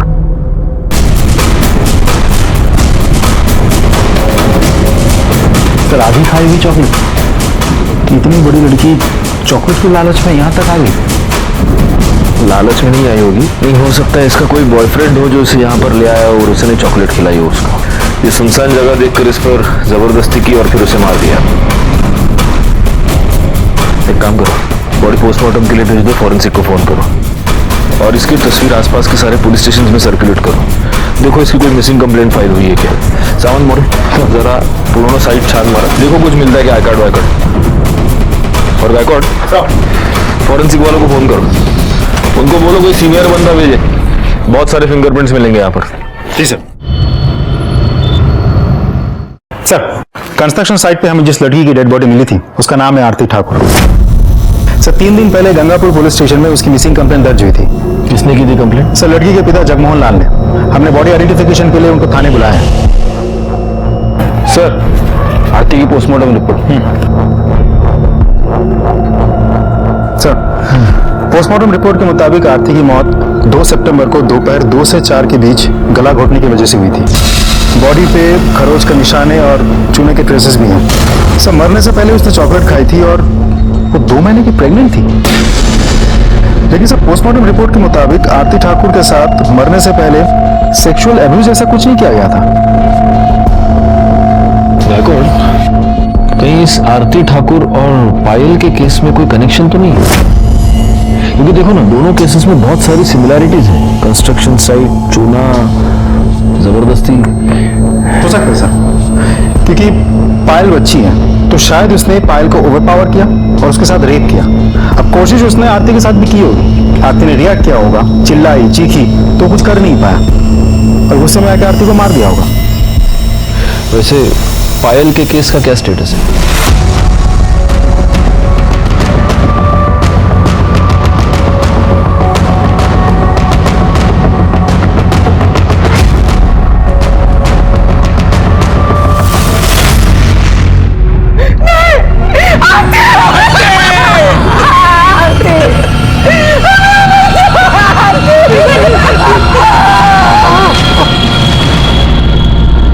बच्चे को मेंटल प्रॉब्लम था, उसकी उम्र तो बढ़ गई थी लेकिन दिमाग नहीं।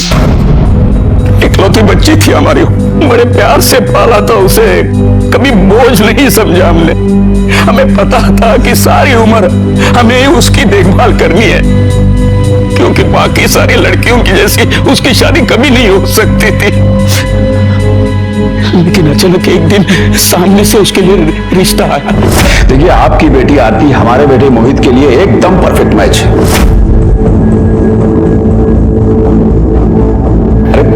अरे हमें पता है आपकी बेटी में थोड़ा बचपना है ना, कोई बात नहीं, हमारा बेटा मोहित भी तो कुछ ऐसे ही है। उसके बाद भी आपको लग रहा है कि दो कमजोर दिमाग के लोग एक मजबूत परिवार बना सकते हैं? हाँ, क्यों नहीं। और ऐसे एक नहीं कई एग्जाम्पल्स हैं जहां दो मेंटली अनस्टेबल लोगों ने एक हेल्दी बच्चे को पैदा किया है। और ऐसा मैं नहीं कहता हूं, डॉक्टर्स का कहना है। एक बात तो आप मानेंगे, ये दोनों बच्चे आपस में एक दूसरे को जितना समझेंगे ना, उतना हम इन्हें नहीं समझ सकते। एक बार नॉर्मल इंसान को इनसे प्रॉब्लम हो सकती है, लेकिन इन दोनों को आपस में कभी कोई प्रॉब्लम नहीं होगी। हमने भी सोच लिया कि एक बार कोशिश करके देखें। और धर्मचंद जी कोई ऐसी वैसी तो हस्ती थी नहीं, बड़े बिजनेसमैन थे, बड़ी फैमिली थी उनकी, बड़ा बेटा, बड़ी बहू, पोतियां, दुनिया देखी थी उन्होंने, तो हमें लगा वो सही होंगे। तो आपने आरती की शादी करवा दी? करवा तो दी, लेकिन बाद में हमें लगा कि हमने बहुत बड़ी गलती की है। 2 बार वो ससुराल से बिना बताए भागकर हमारे पास आए। पापा, वो लोग बहुत गंदे लोग हैं। वो मेरे को क्या बोलते पता? तू मोहित के साथ गंदी बातें कर, उसके साथ सो जा। मैंने बोला नहीं, मैं बहुत अच्छी लड़की हूँ, मैं नहीं करूंगी। पापा, मैंने सही किया ना? बोलो ना, मैंने सही किया। तुमने मना क्यों किया? मोहित बहुत अच्छा लड़का है। नहीं नहीं नहीं, वो अच्छा लड़का नहीं है। मैं अच्छी हूँ, मैं उसके साथ खेलती हूँ ना, तभी वो अच्छा लगता है। मैं अपने कमरे में सोती हूँ ना, मेरे को बोलता ये मेरा कमरा है, इधर से चली जा। मैं क्यों सोऊं उसके साथ? मैं नहीं रहूंगी। हमने सोचा कि आज नहीं तो कल मोहित और आरती के बीच में सब कुछ अच्छा हो जाएगा, लेकिन आरती इस बात पर अड़ी रही कि मैं वापस नहीं जाऊंगी। फिर हमने जैसे तैसे बेला फुसला कर उसे वापस भेज दिया, लेकिन वो फिर भाग गई। लेकिन वो आखिरी बार, उसके बाद वो कभी नहीं आई थी। मैंने फोन किया तो वो बहुत खुश लग रही थी। हमें लगा कि सब कुछ अच्छा हो गया है। लेकिन अभी कुछ दिन पहले मैंने फोन किया तो ससुराल वाले बोले कि वो वहां नहीं। मुझे लगा कि वो यहाँ आई होगी। मैं समझ गया कि मेरी बच्ची कहीं गुम हो गई है, इसके लिए मैंने पुलिस स्टेशन में कंप्लेंट भी लिखवाई। मेरी बच्ची माँ बनने वाली थी और अभी कभी वापस नहीं आएगी।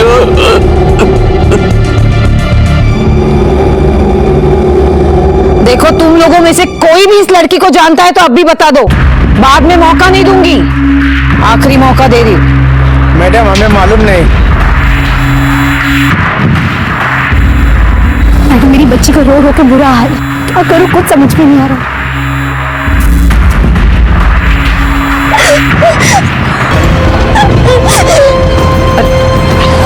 पायल, रुक बेटा। पायल,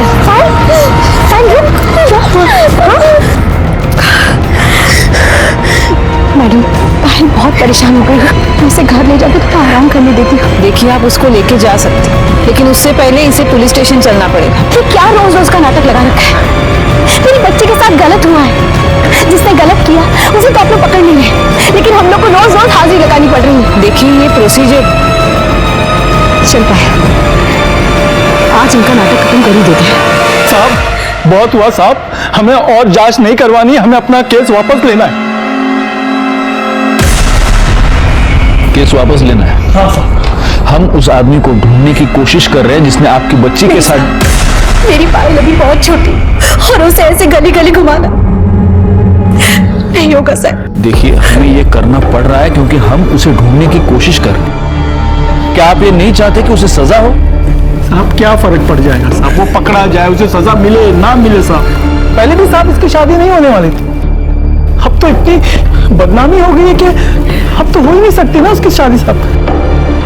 नहीं साहब, बच्ची है साहब, भूल जाएगी साहब, वो भूल जाएगी साहब। भूल जाएगी? मुझे यकीन है कि अभी अगर पायल बोल पाती तो ये यही बोलती कि उस आदमी को सजा मिलनी चाहिए, वो पकड़ा जाना चाहिए।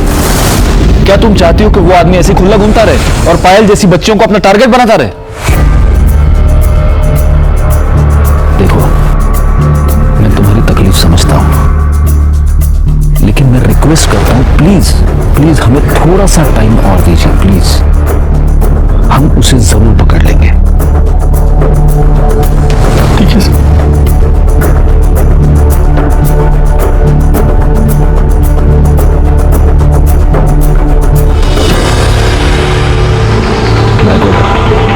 जल्दी से जल्दी ये केस सॉल्व करना है। लेकिन सर कैसे? कोई लीड, कोई क्लू हाथ ही नहीं लग रहा है, कैसे सॉल्व करें सर? मिलेगा मिलेगा, कोई ना कोई क्लू तो जरूर मिलेगा। हो सकता है आरती के केस में मिले, हो ना हो इन दोनों केसेस में कुछ ना कुछ तो कनेक्शन है। पायल बोल नहीं सकती, सुन नहीं सकती, आरती दिमागी रूप से बच्ची थी, यानी कि दोनों ऐसे दरिंदे के लिए इजी टारगेट्स थे। पायल पर किसी कंस्ट्रक्शन साइट पर रेप हुआ और आरती की लाश भी हमें मिली एक कंस्ट्रक्शन साइट पर। चूने से लथपथ आदमी को देखकर पायल रिएक्ट करती है। आरती की बॉडी पर हमें चूने के ट्रेसेस मिले। हो सकता है वो आदमी आरती को चॉकलेट का लालच देकर कंस्ट्रक्शन साइट पर ले गया है। वहां उसने आरती पर जबरदस्ती करने की कोशिश की। आरती ने चीखा, चिल्लाया और उसने आरती को मार दिया। काम करो गायकवाड़, फॉरेंसिक वालों को पूछो वो जो चॉकलेट का रैपर था उस पर किसी के फिंगरप्रिंट्स हैं क्या? हो सकता है ये किसी सीरियल रेपिस्ट का काम हो।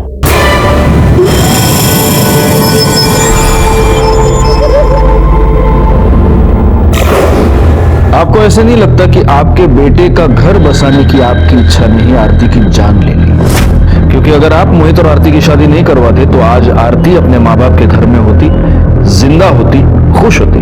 क्या कह रहे हैं सर आप? मैं तो सिर्फ अपने बेटे का घर बसाना चाहता था, अपने खानदान के लिए एक वारिस चाहता था। मतलब ये कि मेरे बड़े बेटे रोहित की सिर्फ 2 बेटियां हैं। बहुत कोशिश करने के बावजूद बेटा नहीं पैदा हो सका और मेरे पास रोहित की शादी करवाने के अलावा और कोई चारा नहीं था। अपने खानदान के लिए वारिस की चाहत रखना कौन सा गुनाह है? और आपकी प्लानिंग के मुताबिक आरती आराम से आपके घर में एडजस्ट हो गई? हाँ सर। हाँ साहब, यहाँ वो बहुत खुश थी। इतनी खुश थी कि 2 बार बिना बताए अपने मायके भाग गई। सर तो शुरू में नॉर्मल लड़कियों को भी एडजस्ट होने में टाइम तो लगता है ना सर। वो तो फिर भी मेंटली अनस्टेबल थी। एनीवे, मोहित कहाँ है? उसको बुलाइए।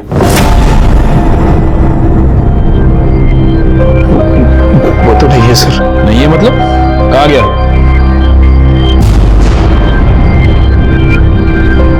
क्या हुआ? आप सब लोग ऐसे चुप क्यों हैं? कहाँ गया मोहित? हाँ मालूम नहीं सर, कहाँ है वो?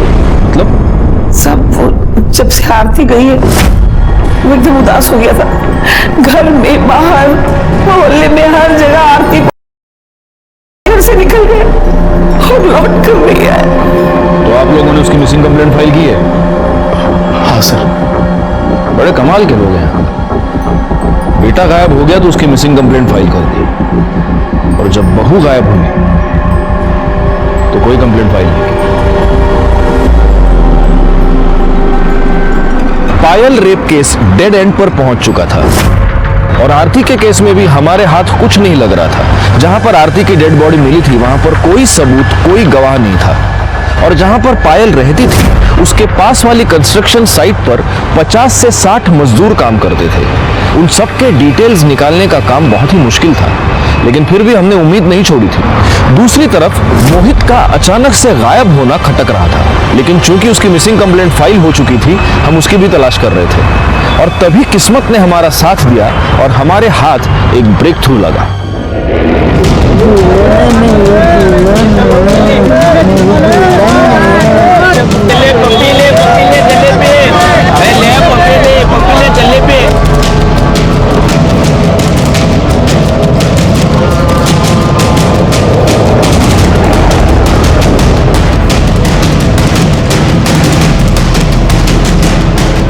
पागल है क्या है?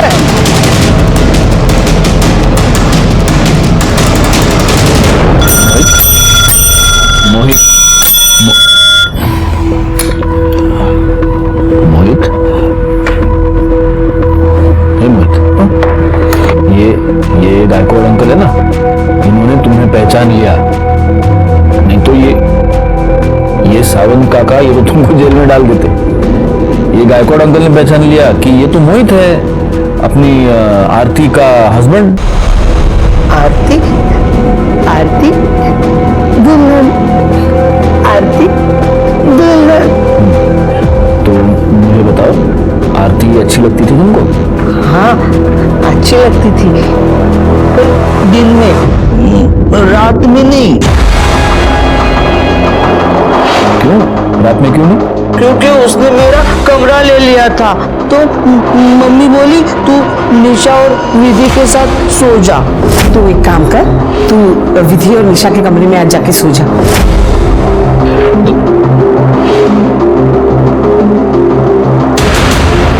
मतलब उस दिन के बाद तुम और आरती उस कमरे में साथ में कभी नहीं सोए? लेकिन वो हर रात ना खेल खेलती थी किसी और के साथ। ये खेल बहुत अच्छा है, मुझे बहुत मजा आता है। खेल? किसके साथ? वो मुझे नहीं पता। एक दिन मैं देखने के लिए गया तो मम्मी ने मुझे रोक दिया, बोली तू खेल में डिस्टर्ब मत कर। तू यहाँ क्या कर रहा है इस समय? मम्मी मुझे अंदर जाना है, अंदर आरती किसी के साथ खेल रही है और वो बहुत खुश है। मुझे अंदर जाना है मम्मी, मुझे अंदर जाना है। खोलो ना दरवाजा मम्मी। खुलवा के खोलो ना, खोलो जल्दी खोलो ना। लेकिन मेरी बात सुन, अगर तू अंदर खेलने गया ना तो फिर मैंने जो मोतीचूर के लड्डू बनाए ना वो मैं विधि और निशा को दे दूंगी, तुझे नहीं दूंगी। चल तू खेल। नहीं मम्मी, मोतीचूर के लड्डू मुझे चाहिए, मुझे वो बहुत पसंद है। दो ना मम्मी मुझे लड्डू, दो ना मोतीचूर के। चाहिए ना लड्डू? तो चल चल चल मेरे साथ। हाँ तो मैं नहीं गया और मैं विधि और निशा के कमरे में जाके सो गया। हाँ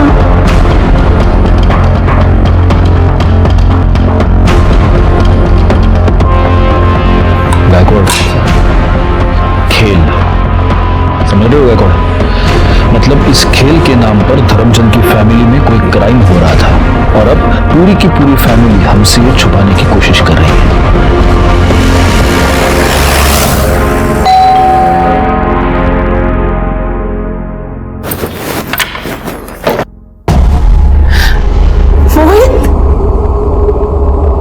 मोहित मेरा बच्चा, कहाँ था बेटा तू? हाँ कहाँ था? कितनी चिंता हुई थी अभी तेरी। मोहित बेटा कहाँ था तू? सारे घर को परेशान कर दिया तूने, इन लोगों को भी परेशान कर दिया। Thank you sir, thank you so much, बहुत बहुत धन्यवाद आप लोगों का। वैसे ये कहाँ मिला आप लोगों को? सबसे पहले आप हमें ये बात बताइए कि आरती के साथ उसके कमरे में हर रात कौन होता था? क्या हुआ? आप लोग चुप क्यों हैं? जवाब दीजिए। क्योंकि मोहित ने हमें यह बताया है कि वो आरती के साथ एक बेड में कभी सोया ही नहीं। कौन होता था उसके साथ? अरे साहब, ये तो कुछ भी बोलता है, खाली दिखने में बड़ा है, दिमाग तो इसका 10 साल के बच्चे जैसा है, कुछ भी बोलता रहता है ये। अच्छा, धर्मचंद जी आपको वारिस चाहिए था, तो जब आपको लगा कि मोहित लायक नहीं है तो आपने रोहित को भेज दिया आरती के साथ, है ना?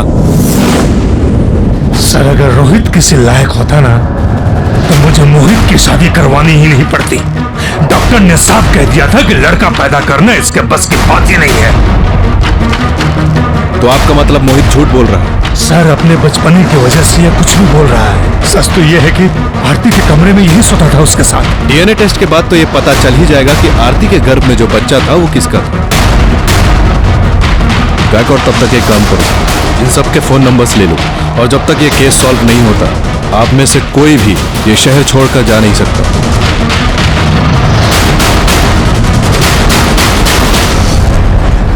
गायकवाड़, इस मोहित की मेंटल कंडीशन ऐसी नहीं है कि वो कोई प्लानिंग कर सके। जरूर ये घर वाले हमसे कुछ छुपा रहे हैं। मतलब मोहित ने आरती के साथ कुछ नहीं किया और रोहित को सिर्फ बेटियां हैं, वो बेटा पैदा नहीं कर पाया। तो कहीं ऐसा तो नहीं कि बेटे के लालच में इस धर्मचंद ने ही आरती को प्रेग्नेंट कर दिया हो या किसी और से करवाया हो? तो आपका मतलब है कि आरती को प्रेग्नेंट करने के लिए उसने किसी को पैसे दिए होंगे? हो सकता है। एनीवे देखते हैं कि मोहित के डीएनए रिपोर्ट में क्या निकलता है। तब तक एक काम करना, इन सब की मोबाइल लोकेशन निकालो और ये चेक करो कि जब आरती का मर्डर हुआ तब इनमें से कोई उस कंस्ट्रक्शन साइट के पास था क्या? यस सर, पायल के घर के पास जहाँ वो खेलती है वहाँ पर एक घर का रिनोवेशन चल रहा है। सर वहाँ पे एक मजदूर है प्रफुल्ल, वो पिछले 1 महीने से काम पे नहीं आ रहा है और उसका फोन भी स्विच ऑफ है। नहीं, लेकिन अगर वो 1 महीने से काम पर नहीं आ रहा है तो ये बात हमें पहले पता नहीं चली। सर अब तक हम कंस्ट्रक्शन साइट देख रहे थे, घर का रिनोवेशन हमने कंसिडर ही नहीं किया। Mummy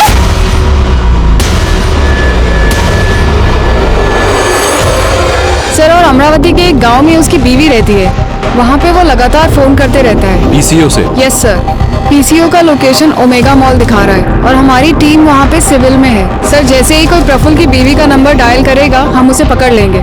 good. सर ये डीएनए। सर रिपोर्ट के मुताबिक आरती के पेट में जो फिटस था उसका डीएनए मोहित के डीएनए से 50% मैच होता है। इसका मतलब जिसने भी आरती पर जबरदस्ती की है वो मोहित का ही फैमिली मेंबर है। मतलब ये धर्मचंद हमसे कुछ छुपा रहा है। ये दूसरा लेटर क्या है? सर मैंने खोला नहीं, इस पर आपका नाम लिखा है।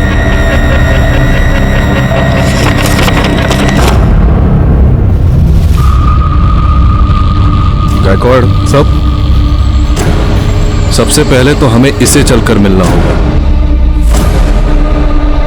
नमस्ते। आपने इस लेटर में जो कुछ भी लिखा है क्या ये सच है? जी सर, इसमें लिखी हुई हर एक बात सच है। मेरे ससुर हर किसी को दबा के रखना चाहते हैं और सिर्फ उनके हिसाब से यूज करने की चीज है बस।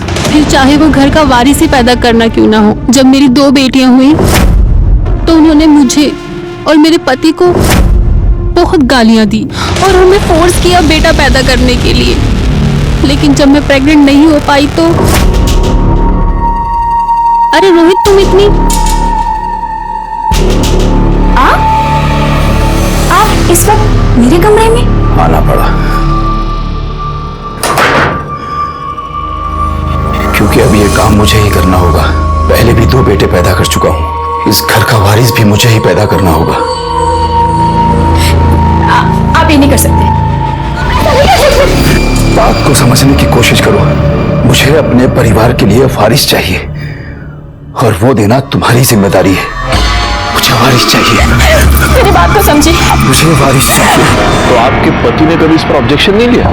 नो सर, वो अपने पापा से बहुत डरते हैं, उनके सामने वो कुछ बोल नहीं पाते। और फिर उसके बाद से मेरे ससुर रोज रात को मेरा रेप करते थे। लेकिन फिर मैंने डिसाइड किया सर कि अब ये और मैं बर्दाश्त नहीं करूंगी। तो फिर क्या किया आपने?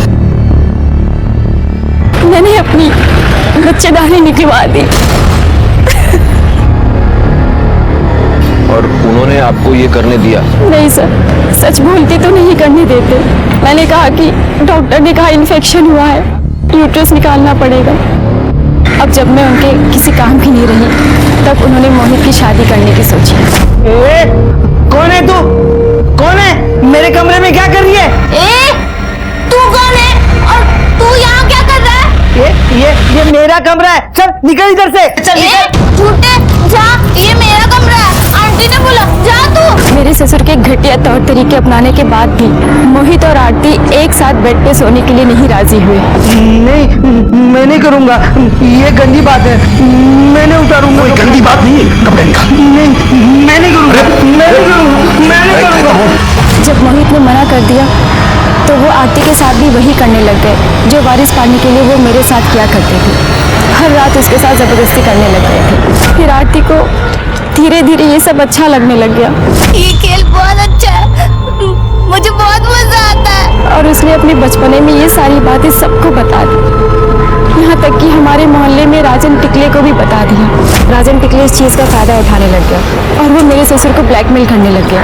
सर मेरे ससुर बहुत लालची हैं, उन्हें ऐसा पैसा लुटाना बिल्कुल अच्छा नहीं लग रहा था। और ऊपर से आरती की ये बातें सबको बताने की वजह से उनकी जेल जाने की नौबत आ सकती थी।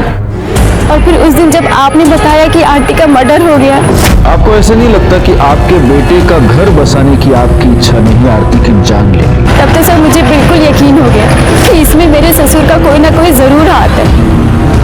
ये सब बातें सर मैं आपको उनके सामने नहीं बता सकती थी, इसलिए मैंने आपको लेटर लिखा। प्रीति, आपने बहुत बहादुरी का काम किया है और आप चिंता मत कीजिए। धर्मचंद ने आपके साथ और आरती के साथ जो भी किया है उसके लिए उसे हम सजा जरूर दिलवाएंगे। प्रीति ठाकुर ने हमारी बहुत मदद की थी। जैसे कि हमें पहले से ही अंदाजा था, धर्मचंद ने वो सारे घिसे पिटे डायलॉग बोल डाले कि वो बेकसूर है, हम उसे फंसाने की कोशिश कर रहे हैं। बहरहाल हमने उसे अरेस्ट किया और उसका डीएनए टेस्ट करवाया। हालांकि हमारे सामने ये प्रॉब्लम अभी भी थी कि अगर धर्मचंद का डीएनए मैच भी हो जाता तो ये साबित करना मुश्किल था कि आरती का मर्डर उसने किया है। तभी डीएनए टेस्ट के रिपोर्ट सामने आए और ये साबित हो गया कि आरती के पेट में जो फीटस था वो धर्मचंद का ही था। वो बच्चा मेरा था, मुझे अपने परिवार के लिए वारिस चाहिए था। ये पीड़ा आप लोग नहीं समझेंगे, लेकिन इस पीड़ा को मेरी पत्नी अच्छी तरह समझती थी, इसीलिए उसने इस मामले में मेरी मदद की। पहले प्रीति के साथ, उसके बाद आरती के साथ। लेकिन आरती इतनी बड़ी पागल थी कि उसने सारे मोहल्ले में ढिंढोरा पीट दिया, जिसकी वजह से वो राजन मुझे ब्लैकमेल कर रहा था। और राजन से बचने के लिए तुमने आरती का खून कर दिया। मैंने किसी का खून नहीं किया। मैं उसे क्यों मारूंगा भला? मुझे तो उससे वारिस चाहिए था। जो उसके जाने के बाद अब तो इम्पॉसिबल है। झूठ मत बोलना धर्मचंद, हमारे पास गवाह है। आपका गवाह झूठ बोल रहा है। और वैसे कौन है आपका गवाह? मेरी पत्नी, मेरा बेटा या उसकी पत्नी?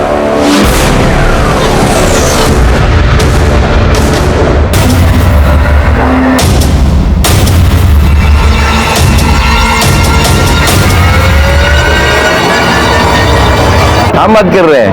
अरे एक चाय दे रे।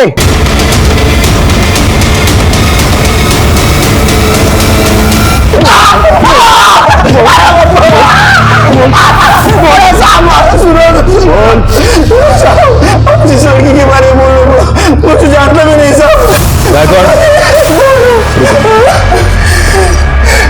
12 साल की बच्ची को तू लड़की बोलता है, हा? इसका डीएनए टेस्ट करवा। पायल के पेट में जो गर्भ मिला उसे मैच करके देखो। लेकिन तुझे मैं एक बात बताता हूँ, अगर तेरे डीएनए टेस्ट का रिपोर्ट पॉजिटिव आया तो उसके बाद गायकवाड़ तेरे को इतना मारेंगे कि तेरे 2 पैरों पे तू कभी जिंदगी में खड़ा नहीं हो पाएगा। इसलिए मेरी एक सलाह है कि जो भी है अभी सच बता दे। गायकवाड़ का गुस्सा बहुत खतरनाक है। सब बताता हूँ सब। मैं बहुत दिनों से सोच रहा था, वो उधर ही बाजू में खिलती थी गार्डन में, तो मैंने चॉकलेट का लालच देके उसे फंसा लिया सर। मैं जानता था सर वो गूंगी बहरी है, वो किसी को कुछ बता नहीं पाएगी, इसलिए मैं ये मौका हाथ से जाने नहीं देना चाहता था सर। साहब माफ कर दो, गलती हो गई मुझसे। साहब आरती के बारे में पता? आरती को ही तूने मारा ना? आरती को भी चॉकलेट का लालच दिखाकर तू कंस्ट्रक्शन साइट पर ले गया, उसके ऊपर रेप करने की कोशिश की। जब वो चीखी चिल्लाई तो तूने उसको भी मार दिया। सच में मैंने किसी को नहीं मारा साहब। सुनो साहब, आरती के बारे में आप कुछ नहीं जानते साहब। ये तो साबित हो गया कि पायल का रेप प्रफुल्ल ने किया था। यह भी साबित हो गया कि धर्मचंद आरती पर रेप किया। पर यह कैसे साबित होगा कि आरती का मर्डर किसने किया? मर्डरर ने कुछ ना कुछ गलती तो की ही होगी। एक काम करो, पता करो कि किसी दुकान पर आरती चॉकलेट लेने गई थी क्या? क्योंकि हो सकता है कि जो मर्डरर है वो चॉकलेट का लालच दिखाकर आरती को अपने साथ ले गया हो। सब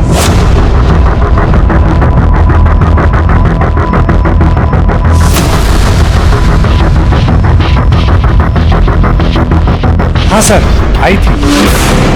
इसके साथ कौन था? ये आदमी था? ये नहीं था सर। ये नहीं सर। अब हाँ साहब, हमें ये तो पता चल गया कि तुमने आरती का मर्डर किया। क्यों किया? तुमने आरती को इसलिए मारा क्योंकि तुम अपने ससुर से बदला लेना चाहती थी। तुम नहीं चाहती थी कि धर्मचंद को उसका वारिस मिले, तुम ये चाहती थी कि धर्मचंद जिंदगी भर वारिस के लिए तड़पता रहे। कैसे मारा उसको, बताओ। उस दिन 2 सितंबर को मैं और आरती घर में अकेले थे। मैंने उसको ये लालच दिया कि मैं उसको उसकी फेवरेट चॉकलेट दिलाऊंगी और अपने साथ लेके चली गई। मुझे ये भी पता था कि कंस्ट्रक्शन साइट बहुत टाइम से बंद पड़ी है। मैंने उसको उसकी फेवरेट चॉकलेट दी और